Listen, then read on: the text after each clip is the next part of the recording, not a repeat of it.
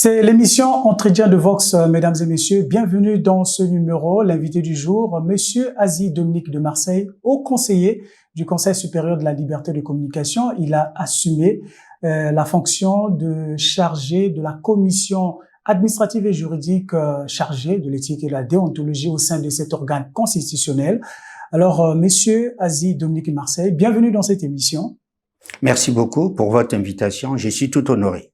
Bien, vous êtes un éminent journaliste. Le Conseil supérieur de la liberté de communication, l'équipe, tout au moins, a été renouvelée par décret présidentiel du 13 mai 2025. Monsieur Philippe Mvo, qui était le président, il n'a pas été reconduit dans cette institution, contrairement à vous, qui va poursuivre justement cette mission des régulations. Quelle est votre analyse de ce changement? Non, mais tout juste que le président a voulu que l'institution obéisse aux normes. La norme, c'est quoi? C'est qu'un mandat d'une institution dans l'ancienne loi est de 3 ans, dans la nouvelle loi est de 4 ans. Le Conseil avait déjà dépassé. Aujourd'hui, nous sommes à 5 ans et demi et qu'on avait déjà dépassé le délai. Il était normal que le président, respectant les dispositions de la loi, renouvelle le Conseil.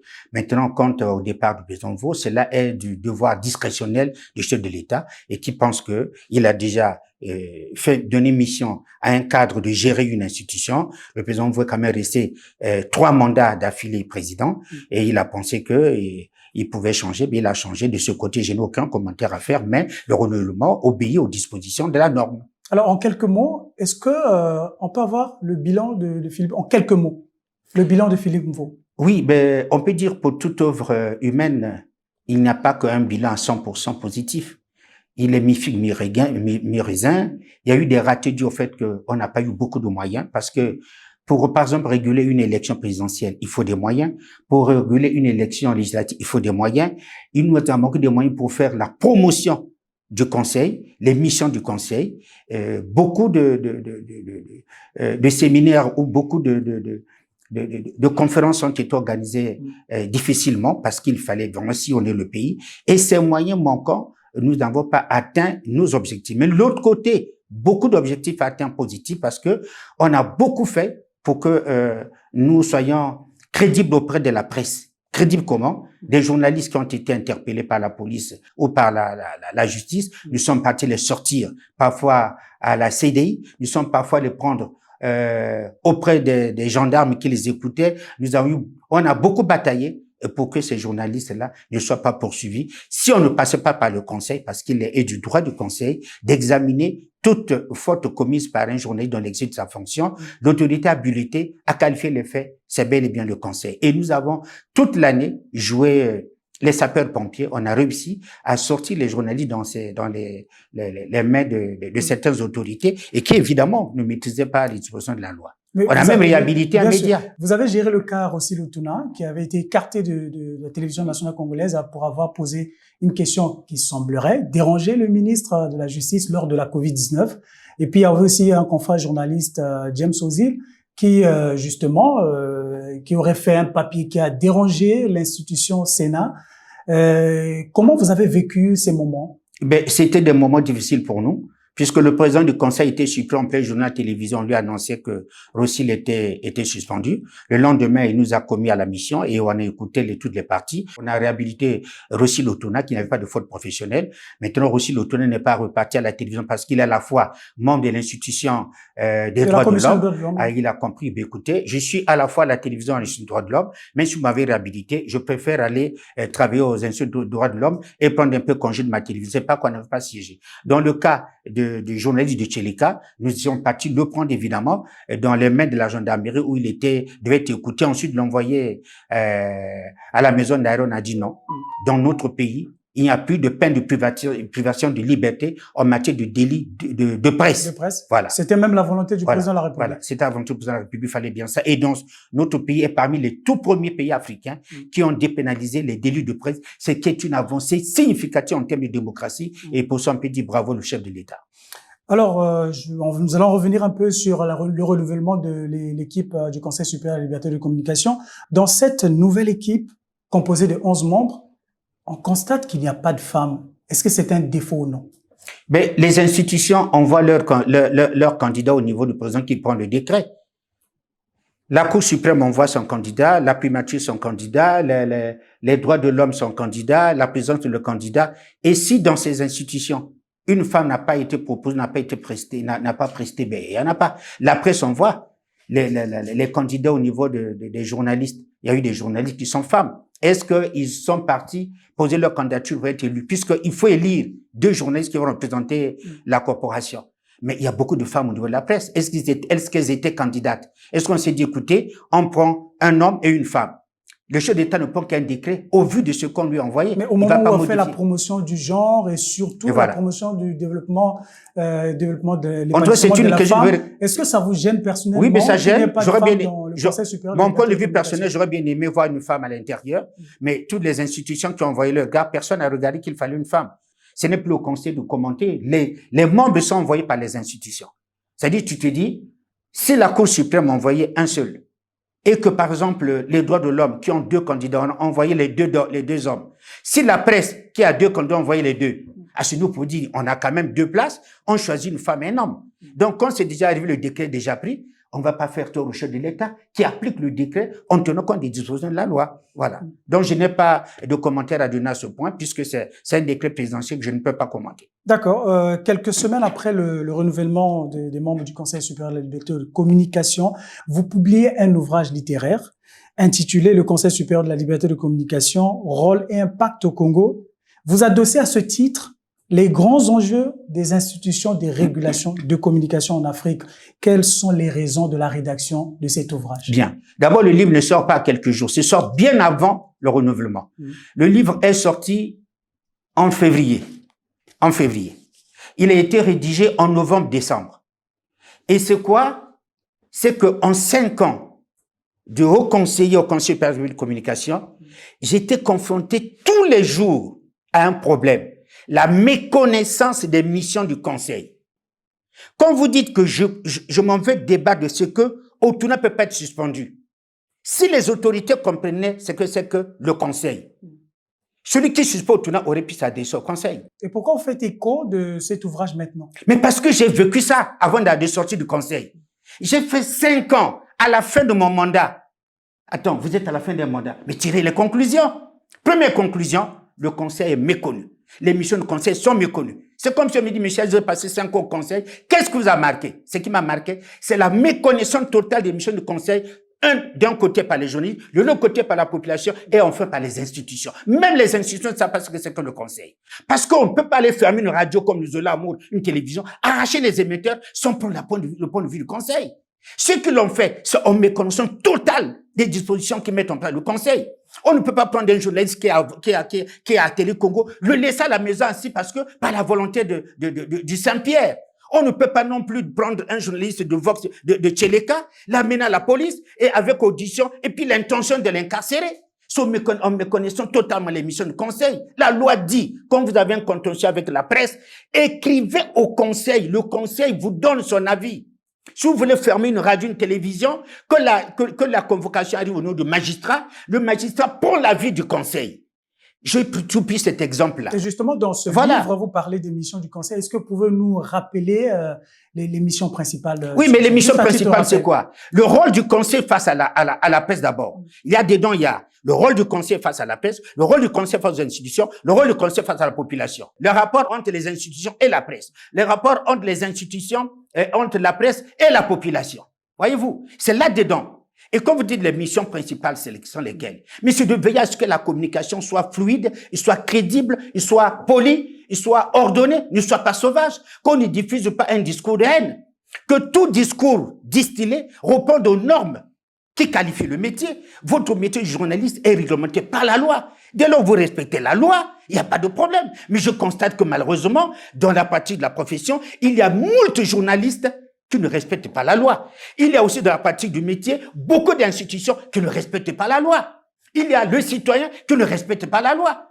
Alors quand je regarde ça, je dis non, il faut donc publier un ouvrage qui va signifier que dans ce pays, en matière de communication, il y a des dispositions de la loi qu'il faille respecter. Ça veut éviter un monsieur qui quitte sa maison, qui veut dire un tel avocat civil dehors. Ça n'existe pas sur le Conseil. Ça veut éviter à ce qu'une autorité, soit-il président de la République, soit-il premier ministre, soit-il ministre, soit-il DG, soit-il général-colonel, ils n'ont pas qualité et compétence de débarquer un journaliste de son studio. Ce n'est pas normal.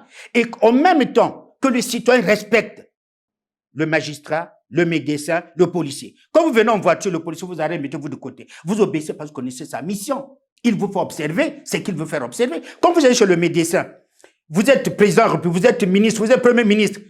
Le médecin dit, monsieur, sortez, je consulte votre femme. Vous obéissez. Quand vous allez à une instruction, le magistrat dit, écoutez, je veux entendre un tel pas devant. Vous obéissez. Obéissez également quand vous allez sur le journaliste ou quand il vient chez vous. Respectez le journaliste comme vous avez respecté le magistrat, comme vous avez respecté le policier, comme vous avez respecté le médecin. Et moi, ça me fait mal qu'on prenne les journalistes comme des petites personnes qui n'ont pas de valeur, alors que la presse est une institution qui a qualité et compétence d'être respectée, donc qui a la même possibilité d'être respectée comme on respecte le policier, comme on respecte le magistrat, comme on respecte le médecin. Les journalistes, même d'autres citoyens, ont l'impression que le Conseil supérieur de la liberté de communication, ses actions sont influencées, sinon dictées par le politique. Est-ce que vous avez le même sentiment? Oui, mais parce qu'ils savent pas ce que c'est que la loi, évidemment. Mais ce livre est venu, quand je dis j'ai écrit ce livre, parce que je me dis, je suis à la fin de mon mandat au Conseil. Puis je ne sais pas si je peux être renouvelé. Quand j'écrivais ce livre, je ne sais pas que je vais être renouvelé. Je dis non, je peux pas aller comme ça. Ce qui m'a marqué, c'est que le Conseil a des missions qui ne sont pas connues, d'un côté par les institutions, de l'autre côté par la presse et aussi par les citoyens. Et ce que vous dites là, mais c'est la méconnaissance évidemment de la mission du Conseil. Mais quand vous dites que le Conseil, on dit qu'il protège par exemple les institutions, je dis non, pourquoi? Mais il n'est pas dit à la presse parce qu'elle est libre, qu'elle doit manquer du respect aux institutions. La liberté, c'est pas le libertinage. Vous êtes libre, oui, respectez l'institution. Le respect, la critique n'est pas l'irrespect. Critiquer, c'est pas insulter. Il autorisait à la presse, je dis bien, il autorisait, j'insiste, il autorisait 3 fois à la presse de critiquer la gestion du pouvoir. La critique, ce sont des arguments contraires. C'est montrer là où c'est faux, là où c'est vrai, là où c'est bon, là où c'est mauvais. Mais ce n'est pas l'insulte. Quand vous sortez de la critique, vous tenez des propos qui sont de nature à déshonorer la personnalité qui assume la fonction. Non seulement la personnalité morale est touchée, mais la personnalité physique est touchée. Le Conseil veille dessus. Et dans les cas que nous avons beaucoup traités, c'est que les journalistes sortent pensent que leur liberté est un libertinage. Alors, quels sont les défis auxquels le régulateur des médias est actuellement confronté, surtout à l'ère du numérique? Mais il est confronté à l'incapacité de réguler, évidemment, le numérique. Chez nous, on n'a pas de moyens techniques efficaces pour réguler le numérique. D'une façon, c'est impossible. Aujourd'hui, qui va contrôler qui? Celui qui a son téléphone, qui a filmé, qui véhicule des messages incendiaires, qui ne peut pas civiliser la communication. Quelqu'un qui a été charcuté à la tête, l'image passe sur les réseaux sociaux, on ne tient même pas compte de la pudeur, on ne tient pas compte du choc émotionnel que cette image va faire sur le public. De tous âges, le petit enfant de 5 ans, de 12 ans, de 13 ans, fait face à ces images-là. Mais vous, journaliste, vous savez que ça ne peut pas passer. Mais celui qui manipule le téléphone ne le sait pas. Voilà pourquoi on dit le journaliste est un métier professionnel, scientifique qui a été appris avec des normes. Mais celui qui se met à le faire sans être journaliste, dans le cas des réseaux sociaux, mais nous a donné du travail. C'est des défis énormes, difficiles à assumer avec les réseaux sociaux. Vous pensez que le déficit des outils auprès du Conseil, ça l'affaiblit? Le déficit d'équipement approprié pour réguler. Bien sûr, regarde, par exemple. C'est une faiblesse pour le Conseil. Nous n'avions pas de monitoring. Je prends un exemple. Pour suivre la télé, pour suivre les médias. Le rôle du Conseil, c'est de veiller à ce que les journalistes travaillent très bien. À ce que tous les discours des hommes, que la communication en général soit bien faite. Bien. Comment je veux vérifier si DRTV a travaillé bien, si Vox TV a travaillé bien, si Télécongo a travaillé bien, si MSR TV a travaillé bien? C'est à partir d'un qu'on appelle ça d'un monitoring. Voilà. Il me faut l'appareil du monito. Ce monitoring-là permet de prendre tout ce que l'on fait et de garder. Le matin, je regarde, l'appareil me donne tout ce que Vox a dit toute la journée d'hier. Je suis obligé de rester scotché. Je peux être dans une réunion, je peux être dans un cas de famille, mais cet appareil marche. Le matin, le conseil arrive, on regarde toutes les chaînes. Ça n'existe pas au Congo. Ailleurs, dans certains pays africains, ça existe. Deuxième élément, le conseil aujourd'hui n'a pas de siège. Nous vivons là. Quand tu vas aller au conseil, c'est plusieurs quartiers. La comptabilité est vers Maya. Le président du conseil est à l'immeuble du ministère de la Justice. Les hauts conseillers sont au palais du Parlement. C'est une institution, l'une des institutions au Congo qui est complètement éparpillée. Pour aller au conseil, dispersé. Il te faut des kilomètres dans la journée pour aller, pour traîner avec un couteau. Et ça, ce sont des choses à corriger. C'est des choses à corriger. Parce que si je suis parti au Sénégal. Quand vous regardez l'immeuble du conseil, Vous dites, ben, le Sénégal est différent de nous en quoi? Je suis parti au Bénin. Quand j'ai regardé l'immeuble du conseil, j'ai eu pitié de mon pays. 5 étages au Bénin. Tout le conseil est logé là-dedans. Parce qu'ils ont compris que la communication, c'est l'arme fatale. Vous ne pouvez pas avoir un domaine aussi sensible. La guerre naît dans la tête des gens parce qu'ils ont prononcé des mots qui ont envoyé les gens à l'affrontement. Bien, monsieur Aziz Dominique de Marseille, dans le contexte sociopolitique nous nous trouvons actuellement, est-ce que c'est facile de surmonter toutes ces difficultés? Mais quand vous dites c'est facile, mais dans un pays, la loi est faite pour qu'on ne dirige pas le pays comme une jungle. Si dans ce pays, il y a la loi, mais où est la difficulté? Que chacun respecte la loi. Le conseil a besoin que la presse d'un côté, que l'institution, que les citoyens comprennent quel est le rôle du conseil. Vous pouvez parler de situations tendues, politiques tendues, oui, mais ce sont les hommes. Ces hommes ne peuvent pas tendre la situation, la rendre invivable quand ils ne savent pas que la loi existe. Il faut qu'ils respectent la loi. Que vous soyez à l'opposition, que vous soyez au pouvoir, nous régulons la communication. Pour nous, ce pays, la communication doit être saine, polie, disciplinée, ordonnée. Quand je dis saine, polie, disciplinée, je ne fais pas la censure de la presse. Elle est libre. Mais attention, quand on dit police, c'est quoi? Ne disez pas des propos qui déshonorent les individus. Dire à un gouvernement qu'il gère mal le pays, ce n'est pas une insulte. Mais dire que c'est des sauvages, le sauvage est une insulte. Dire à un chef d'État qui n'est pas compétent, c'est une insulte. La compétence, non. Il faut dire, là, il n'a pas su gérer son mandat. Il n'a pas su. Voilà, les mots qui montrent que la chose autrement. Mais dire à quelqu'un qu'il est incompétent, ça frise l'injure. J'aurais préféré dire, le chef de l'État, dans son mandat, n'a pas fait mieux. Voyez-vous? Pourquoi je choisis entre le mot dire il est incompétent, n'a pas fait mieux? N'a pas fait mieux est plus plausible, est plus posé, est plus poli. C'est une institution que vous respectez, ce n'est pas la personne. Et dans un pays, ces institutions ne sont pas respectées, c'est parce que vous dites je suis journaliste, on a la liberté. Mais la presse est une institution. Si vous ne respectez pas les autres, comme voulez-vous qu'on me respecte? Donc, quand vous dites que la situation est tendue, oui, elle est tendue si on ne respecte pas la loi.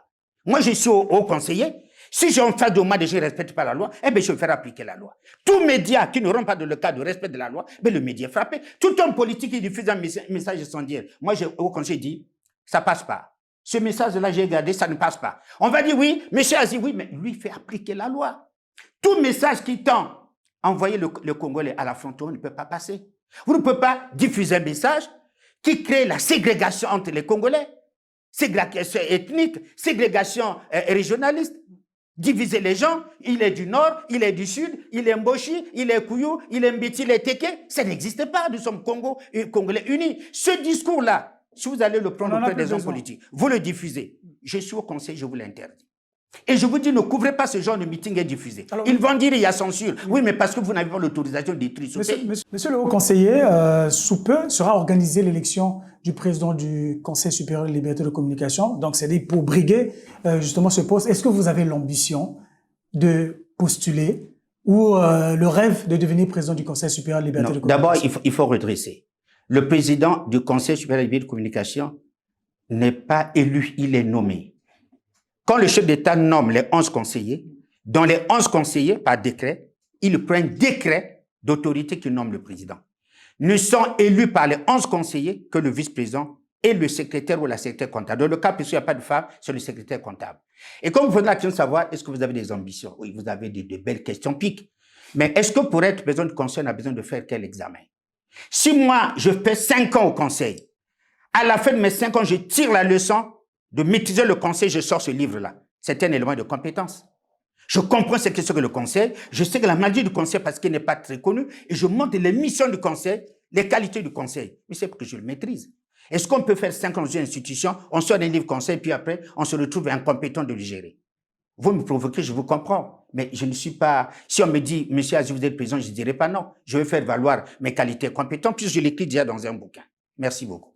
Mais certainement, puisque le président nommera, mais est-ce que vous pensez justement apporter votre contribution afin que le conseil soit crédible? Mais je suis membre. La primature m'a délégué comme son membre au niveau du conseil. Mon rôle, c'est de dire ce que j'écris dans ce livre-là, il faut qu'on l'applique. Puisque je l'ai quand même écrit. Je veux que pour ce conseil, qu'on respecte le fonctionnement de ce pays. Les institutions doivent être respectées par la presse, comme la presse doit être respectée par les institutions. Il faut que les gens comprennent que la presse est une institution qui a besoin de respect. Il faut que les jeunes comprennent qu'attention, les institutions de la République, ça doit être respecté. Je dis ça doit être respecté. Et moi, ce respect, hein, je veille par rapport à la loi. Je n'impose pas aux journalistes d'être des moutons face aux institutions, mais je dis conformément à la loi. Le journalisme se pratique conformément à la loi. L'homme politique ou l'institution, il sait pour communiquer, il faut rester les dictons de la loi. Et la loi dit quoi? En termes de communication, liberté d'expression, éviter de communiquer un discours de haine. Et comme moi, je ne suis pas seulement conseiller pour la communication au niveau de la presse, mais toute la communication, tout homme politique qui véhicule un message de haine, ben ça ne passera pas dans les médias.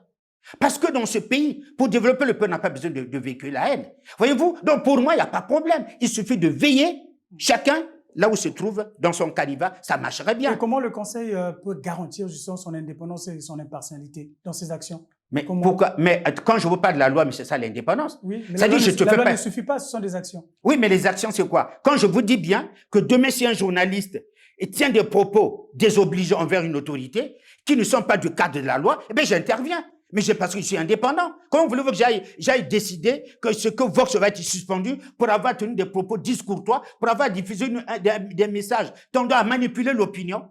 Mais c'est parce que je suis indépendant.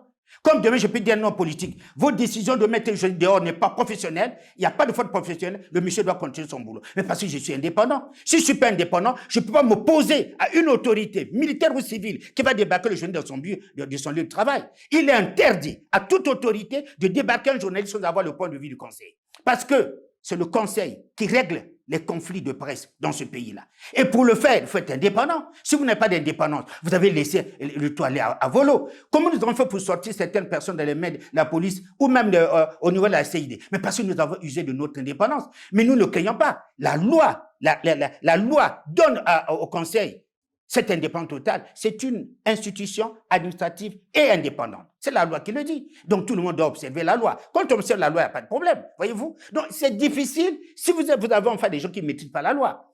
Moi, j'ai fait 5 ans au conseil. Il n'y a pas une petite loi que vous allez m'enseigner au conseil. Ça veut dire quoi? Pour ce mandat-là, le fait d'avoir fait 5 ans, mais on va avoir à boire, à manger. Pourquoi? Mais que la presse se dise que les hauts conseils qui ont mis du temps là, ils savent comment ça se passe. Le premier mandat, oui, mais le deuxième là.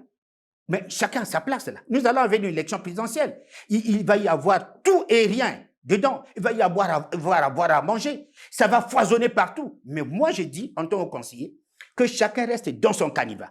Que l'homme politique sache que, dans ce pays, nous sommes partis à l'affrontement parce que les gens ont tenu des discours incendiaires. La guerre naît dans l'esprit des gens et c'est dans l'esprit des gens qu'il faut éteindre cette guerre-là. Et moi, je m'en vais vous dire, chaque fois que vous aurez une communication incendiaire qui n'honore pas la République, et nous allons dire, ça ne passe pas dans les médias. Et chaque fois qu'un média passe outre, diffuse les propos tendant à diviser les Congolais, ben nous allons suspendre ce média ou on va convoquer ce média, on va lui faire comprendre qu'il n'a pas fait son métier. C'est tout. Voyez? Donc c'est ça ma contribution. Justement, dans la suite d'idées de ce que vous dites, justement, quels sont les mécanismes qu'on peut mettre en place pour justement assurer une meilleure représentation des différentes voix, des différentes opinions à travers les médias ou au sein des médias. Mais vous me dites quoi? Quelle manière? Mais il n'y a rien qui dépasse les... Attends, est-ce qu'il est interdit à un média d'interroger n'importe quelle opinion? Les médias sont libres. Et moi, je vous ai dit, j'ai été quand même rapporteur de la commission administrative et juridique, c'est l'éthique et la déontologie. C'est la commission centrale du conseil. C'est la commission capitale technique du conseil. Si vous avez cette commission, si vous avez bu le conseil toute l'année. Et moi, le fait d'avoir été le rapporteur, tout passé par moi, je rédigeais, j'étudiais ça. Qu'est-ce qui se passe? Il n'est pas interdit à la presse d'interroger qui elle veut. La parole est donnée à tout le monde, opposant tout comme pouvoir. Les partis d'opposition, comme les partis du pouvoir, ont droit à la parole. Quand il y a l'élection présidentielle, le temps est reparti de manière équitable. C'est tout. Et je veillerai à ce que ce soit ainsi. Quand vous me dites quelle est votre contribution, moi, en tant que conseil, je dirais, avec les autres, bien sûr, qui le savent, nous verrons ce que la parole soit donnée à tout le monde. Nous verrons ce que les journalistes soient respectés. Comme vous ne prenez pas compte des petits-enfants qu'on laisse au soleil. Vous êtes une institution. Qu'en même temps, que les journalistes se rendent compte qu'on a le conseil derrière notre dos. Quand nous allons manquer du respect aux autorités, en les insultant, au lieu de les critiquer positivement, eh bien, le conseil va se lever. Monsieur le haut conseiller, généralement, nous constatons que le Conseil supérieur de la liberté de communication veille surtout à l'équité des paroles, surtout pendant la période où le processus électoral. Comment on peut faire qu'il y ait même de façon permanente que vous veillez toujours qu'il y ait vraiment l'équilibre des opinions à travers les médias, que ce soit les médias d'État et les médias privés? Il nous faut tout le temps des entretiens avec les rédactions et avec les hommes politiques. C'est-à-dire, je crois que le Conseil a intérêt, dans sa prochaine mission, d'inaugurer, je peux appeler ça inaugurer, ou de tenir des séances de travail avec les médias. Et nous avons aussi le rôle d'apporter une petite contribution de la formation des journalistes. Leur dire, pour bien faire votre métier, ne vous inquiétez pas, le Conseil est là. Donnez la parole à l'opposition. Donnez la parole à l'opposition comme vous la donnez au pouvoir. De manière équitable. Si l'élection arrive et qu'on dise qu'écoutez, chacun de vous a 10 minutes, soit-il de l'opposition ou du pouvoir, ce sont les 10 minutes. Il faut les respecter. C'est tout. Donc, cette équitabilité, nous veillons dessus. Mais pour arriver là, il faut des entretiens. Il faut entretenir la classe politique pour dire, le Conseil va rencontrer les hommes politiques pour dire, pour que la communication cesse de viser dans ce pays, c'est généralement vous, les hommes politiques, qui incendiez le pays. Pensez-vous pour développer ce pays, on n'a pas besoin de discours incendiaires. Nous ne vous refusons pas la critique envers le pouvoir, vous êtes l'opposition. Mais qu'est-ce qui dit que critique égale insulte ou égale déshonneur ou égale désapprobation de l'unité nationale? Qui vous dit critique égale division? C'est pas possible. On est responsable politique. On en fait de soi un pouvoir. On peut le critiquer sérieusement dans ce qu'il fait pour dire là, ils font mal. Mais sortir de là, aller dans des petits discours qui ne vous honorent pas et qui divisent la République. Le Conseil a le rôle de veiller sur la communication en général, pas seulement la presse. Qui dit communication dit le discours de l'homme politique, les affiches, les banderoles et les médias.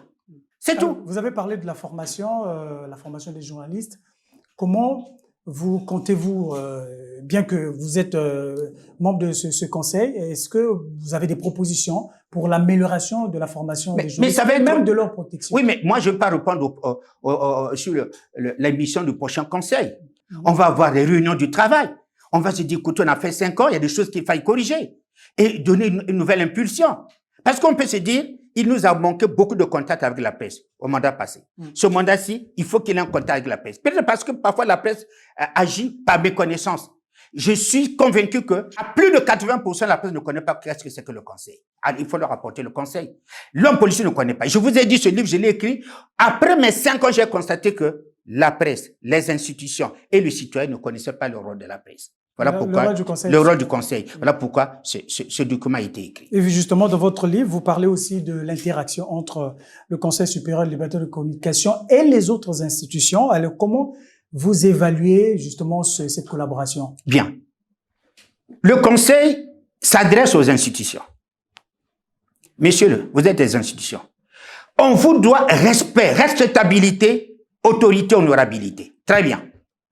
Mais quand vous avez en face de vous la presse, donnez du respect à l'institution qu'on appelle presse.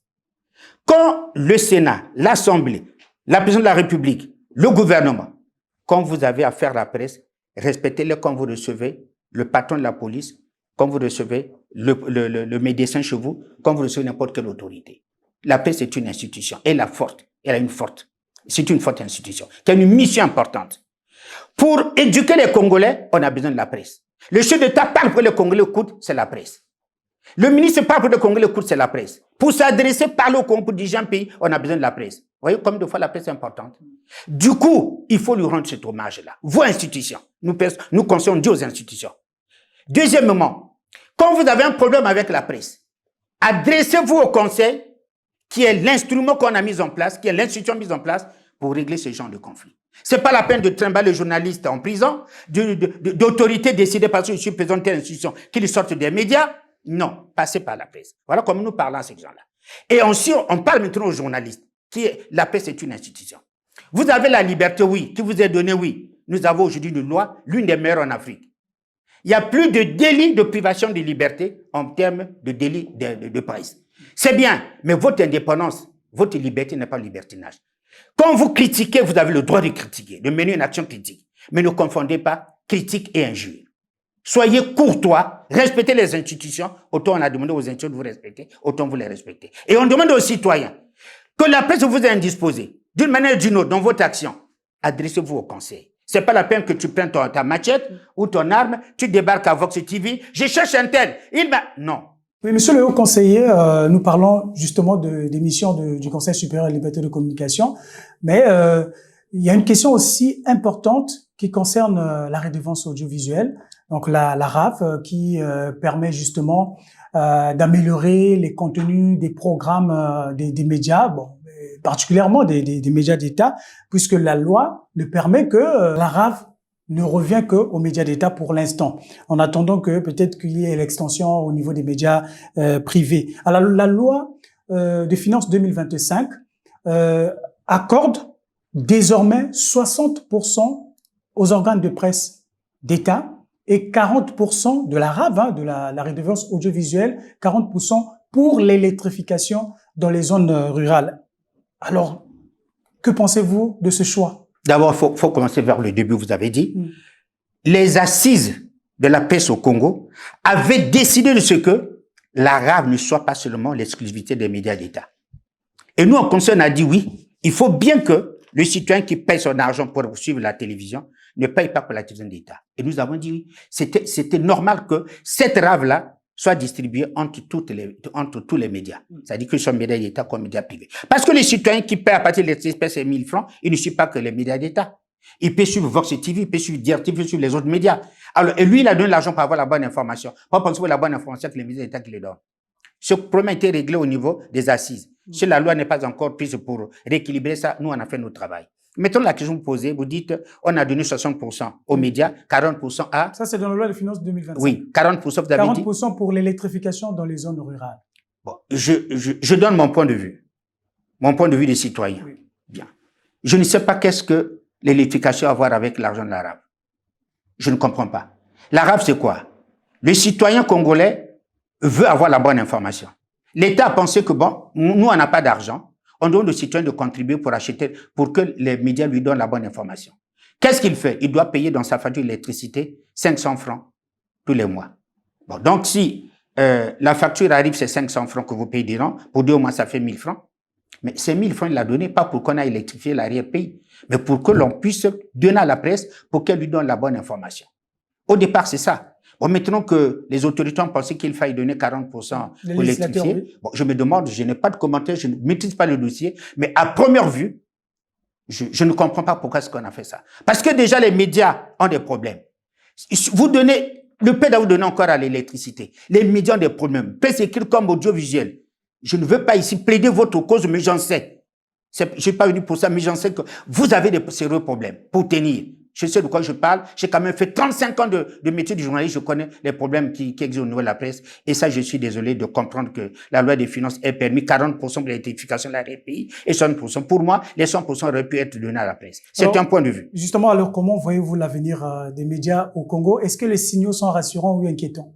Les signaux sont rassurants. Pourquoi? Parce que l'essentiel est que le politique comprenne quelle est la place de la presse et que la presse aussi comprenne quelle est sa place. Si chacun reste dans son canevas et que chacun fasse son métier comme la loi le dit, ben ça ira très bien. Pourquoi pas? Nous avons un pays qui est en train d'évoluer positivement, les institutions sont en place, la presse est en train de travailler. Nous sommes parmi les pays aujourd'hui, le journaliste parle, il n'est pas en prison.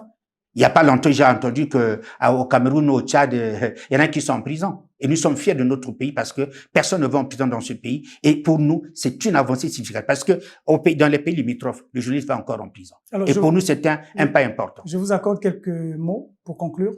Mais la conclusion, c'est que merci pour votre invitation. Vous m'avez appelé parce qu'on devait regarder ce livre. Et évidemment, il vous avez posé beaucoup de questions. Et je l'ai toujours dit, il n'y a pas de mauvaises questions. Il n'y a pas de mauvaises questions. Il n'y a que les réponses qui sont importantes. Alors, j'ai donné ce que j'ai pu. Et en résumé, pour dire, ce livre a été écrit parce que après 5 ans de vie au conseil, j'ai constaté que le conseil n'était pas très bien connu et ses missions n'étaient pas connues. Et moi, j'ai fait un effort de résumer ça dans un livre pour dire, voilà ma contribution dans le fonctionnement du conseil. Monsieur Azy Dominique de Marseille, merci de votre disponibilité de venir répondre à nos questions. Mesdames et messieurs, vous avez compris que nous sommes arrivés au terme de cette émission. Nous rappelons que nous avons reçu monsieur Azy Dominique de Marseille, haut conseiller du Conseil supérieur de la liberté de communication. Prenez bien soin de vous. Au revoir.